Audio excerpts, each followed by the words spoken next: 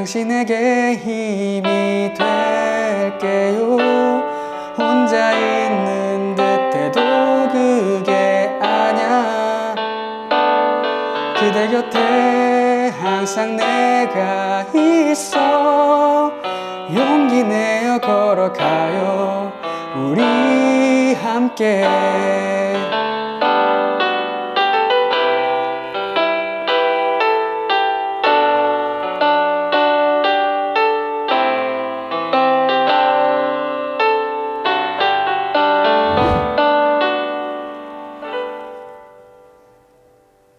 안녕하세요. 저는 성인 납병동 치료실에서 근무하고 있는 신경계 물리치료팀 소속 박도혁 치료사라고 합니다. 이제 올해로 4년차 접어들고 있습니다. 그거 좀 사연이 있는데요. 어떻게 하다 보니까 물리치료학과라는 게 있더라 하면서 이렇게 진짜 막 이렇게 흘러 가다가 되게 처음에는 고민이 많았어요. 이게 과연 내 길이 맞나? 내 인생 이대로 가도 되는 것인가? 그러다가 1학년 지나고 2학년 지나고 물리치료한 거를 공부하다 보니까 여기 안에 되게 생각보다 정말 많은 철학이 담겨 있구나. 굉장히 많은 의미를 담고 있구나. 그만큼 굉장히 매력적인 분야라는 거는 그 부분은 정말 동의할 수 있는 부분인 것 같아요. 신경계 물리치료는 이제 신경계통의 병변이 생겨가지고 장애를 가진 환자분들의 기능을 회복시켜가지고 다시 일상으로 돌아갈 수 있게끔 하는 치료를 이제 신경계 물리치료라고 말할 수 있을 것 같고요. 그런 신경계 물리치료가 필요한 이유는 뇌졸중이나 척수손상 같은 것들을 흔히 말하곤 하는데 이런 것들이 좀 발생하게 되면요. 흔히 말하는 마비나 감각 이상이나 경직이 생긴다거나 균형 능력이 좀 떨어진다거나 갑자기 잘 조절되지 않는 움직임이 나온다거나 그럴 수 있는데 그런 것들이 발생하게 되면은 일상생활이라고 말했던 것들이 더 이상은 이제 일상이 아니게 돼버리는 거예요. 흔하게 이제 문턱을 넘는다거나 계단을 오르내린다거나 단지 그냥 걷는다거나 일상들이 더 이상은 일상적인 게 아니고 도전적인 일들이 되게 되는데 그렇게 되면은 이제 삶의 질 자체가 굉장히 떨어질 수 있거든요. 신경계 물리치료는 환자가 맞닥뜨리게 되는 그 도전의 문턱을 낮춰주는 역할을 하는 것입니다. 서울재활병원에 오고 싶었던 이유는요. 이거 좀 있어요. 제가 3학년 때 지금 같은 팀에 있는 김정수 주임님한테 수업을 들었거든요. 그때 좀 알게 됐고 그래서 서울재활병원이라는 곳이 있구나 했는데 그때 김정수 주임님 수업이 되게 재밌었거든요. 재밌겠다 저기 가면은 약간 이런 생각도 좀 해보고 그리고 여기 실습 왔던 선배들의 이야기를 들었을 때 좋게 말을 해줘가지고 도대체 서울재활병원이라는 곳은 어떤 곳일까 해서 되게 궁금한 게 많았어요. 그래가지고 공부가 올라왔을 때 여기는 어떤 곳인가 하고 막 이렇게 막 찾아보기도 하고 여기 한번 써봐야겠다 하고 썼다가 떨어지고 또 썼다가 떨어지고 또 써서 이렇게 해서 지금 다니고 있습니다. 김정수 주임님이라고 주임님이라고 할게요. 김정수 주임님이 그때 시험을 냈는데 분명히 객관식만 낸다고 했단 말이에요. 음성 녹음 파일이 아직도 있거든요. 근데 갑자기 시험을 딱 펼치니까 주관식이 나온 거예요. 네, 할 말이 좀 많았습니다. 그래서 그거 좀 많이 틀려가지고 그때 김정수 선배님 2018년도였나요? 그때 정말 교수님 수업 정말 재밌게 잘 들었고 지금도 좋은 추억으로 남아 있습니다. 그때 정말 많은 걸 배웠고 지금도 그때 배웠던 내용으로 잘 적용해서 임상에서 잘 사용하고 있는데요. 진짜 교수님 말 잘 믿고 잘 따르고 열심히 필기하고 교수님이 시험에 객관식만 나온다 해가지고 정말 객관식 특화로 준비를 했는데 시험지를 받고 정말 너무 당황했거든요. 이건 너무한 거 댓글 참 많이 아니냐고. 틀렸는데 괜찮습니다. 학점은 비록 말아먹었지만 교수님과 함께 임상에서 같이 치료를 할 수 있다는 게 저한테 참 영광이고요. 너무나 감사합니다. 정말 배울 점이 많다는 게 저는 이 팀의 장점이라고 생각을 합니다. 연차가 높은 선생님은 또 연차 높은 선생님대로 후임 선생님들은 또 후임 선생님대로 보고 많은 걸 배워요. 그 치료를 하는 그 마음가짐이나 치료를 어떻게 하는 것이나 섬세한 테크닉이나 또 환자를 생각하는 마음이나 그런 모든 관점들이 정말 매일 새롭고 존경스러울 때도 정말 많고 매일매일 자극이 되고 항상 성장하는 팀인 것 같습니다. 제가 작년이면 이제 3년차가 됐을 때였거든요. 이제 그쯤 되니까 약간 마음의 여유가 생기는 거예요. 그래가지고 정말 이것저것 막 들쑤시고 다녔어요. 병원에서 앱요원도 좀 해보고 미라클 팀에도 지원도 해보고 병원 예배에서 이제 반주자로도 좀 같이 섬기게 되기도 해보고 이것저것 정말 많이 하면서 얼굴 도장도 많이 찍고 그러다 보니까 주변에서 그거를 되게 좋게 봐주지 않았을까 싶어요. 저 선생님은 뭘 되게 많이 하네? 공공진가 보다. 맞나? 이 표현이 맞나?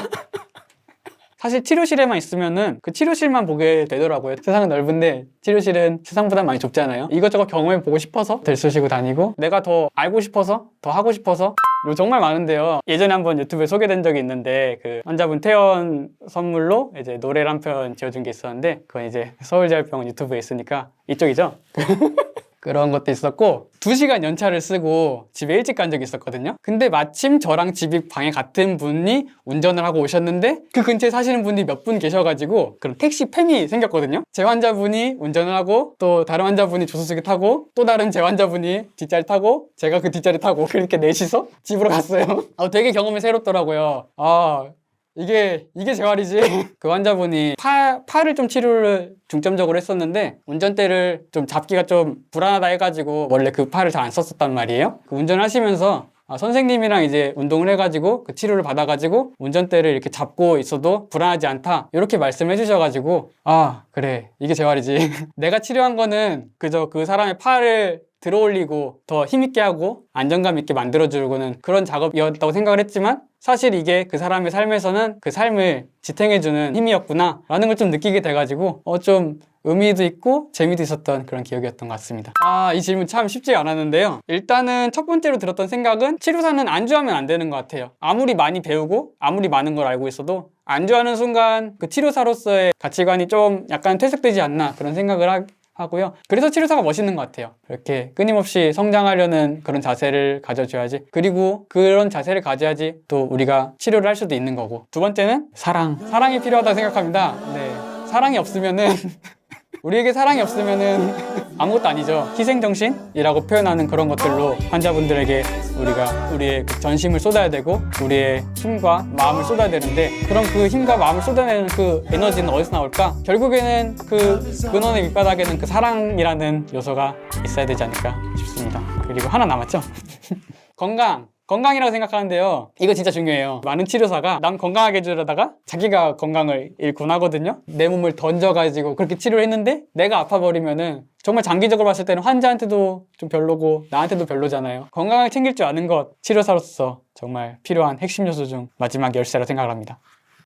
제가 서울재활병원 3수생인데 세 번째 면접 질문이 그렇다면 10년 후에 박도혁 선생님은 어떤 모습일까요? 우리 서울재활병원에서 재활의 전문가가 되어 있을 것 같습니다. 내가 그 재활의 트렌드는 내가 다 섭렵하고 내가 세계 최고의 재활병원에 걸맞는 세계 최고의 치료사가 되겠습니다. 그렇죠. 그렇게 되면 좋겠지만 사실 10년 후라는 건 정말 모르는 거잖아요. 그렇긴 하지만 어떤 모양, 어떤 모습, 어떤 치료사로서의 모습을 가지고 있더라도 조금 더 스스로에게 좀 더 떳떳하고 단단한 사람이 되어 있어야지 그런 생각을 해봅니다. 네, 준비됐습니다. 박수를 보내주세요. 도전을 멈추지 않는 혁신의 아이콘 서울재활병원입니다. 괜찮죠? 이거 주변 선생님한테 컨펌 받고 온 건데 제가 1안, 2안, 3안 이런 게 있었거든요. 다 컷당해가지고 이거 하나 남았어요. 납병동에 있는데 납병동에 계신 환자분들 보면은 이제 2번 병동에 있다가 납병동으로 오신 분들이 되게 많으세요. 바로 오지 않고 한 달, 2달 있다가 오시는 분들 같은 경우에 태어날 때보다 기능 수준이 좀 떨어져서 오시는 분들도 있고 좀 마음 아프긴 하지만 이만큼 좀 했으면 집에서 잘 하시겠지? 앞으로도 좀 잘 일상생활을 살아가시겠지? 라고 했을 때 생각보다 그렇지 못한 모습을 종종 봐왔어가지고 그게 좀 속상하긴 하지만 왜 그럴까를 생각해봤을 때 지속적인 재활이 이루어져야 되는데 치료가 끊기면 재활이 끊기는 것이라는 그런 인식이 좀 있는 것 같아가지고 우리가 뭐 자가운동이나 그런 것들도 좀 많이 활성화되고 스스로 이제 관리하고 그러니까 재활은 수동적인 거다라는 인식, 선생님이 가르쳐준 대로 하는 거다라는 그런 인식이 국내 재활에 좀 한계이지 않을까 싶어요. 저 스스로도 좀 반성하게 되는 부분이기도 하지만요. 그거는 이제 치료사도 환자도 대한민국 공동체도 다 같이 고민하고 좀 풀어가야 될 숙제지 않을까. 집이 조금 거리가 있거든요. 1시간 10분 정도 걸려요. 아침에 일어났는데 개운하게 일어났다 싶을 때가 종종 있거든요. 아차 이거는 택시를 타야 된다 하고 택시를 탄 적이 제법 많은데 아저씨 서울재활병원으로 가주세요 라고 했을 때 아저씨가 이제 서울대학교 병원으로 가려고 하는 거예요. 아마 종종 있을 거예요. 다른 선생님들도. 그냥 재활병원이라는 거에 대한 인식 자체가 아직 많이 부족한 현실 때문이지 않을까 싶은 생각도 있고요. 새 병원에게 바라는 점은 재활의 인식을 조금 더 대중성 있게 확장시켜줄 수 있는 그런 하나의 아이콘이 될 수 있으면 좋겠다라는 생각입니다. 이제 택시를 타서 아저씨 서울재활병원 가주세요. 서울재활병원이요? 그런 병원이 됐으면 참 좋겠다. 저희가 세계 최고의 재활병원을 꿈꾸잖아요. 그러면 이제 막 유튜브 같은 것도 구독자도 참 많아지고 나중에 막 다이아 버튼 언박싱 이런 것도 좀 하고 재활이라는 컨텐츠의 제일 선두주자가 되고 그리고 그 컨텐츠가 정말 제너럴하게 펼쳐질 수 있는 그런 꿈을 꿀 수 있는 병원이 새 병원이었으면 좋겠습니다. 서울재활병원을 이용하시는 모든 분들께 서울재활병원이 여러분의 삶 속에서 감동의 순간으로 기억 기억되었으면 좋겠습니다. 항상 행복하세요.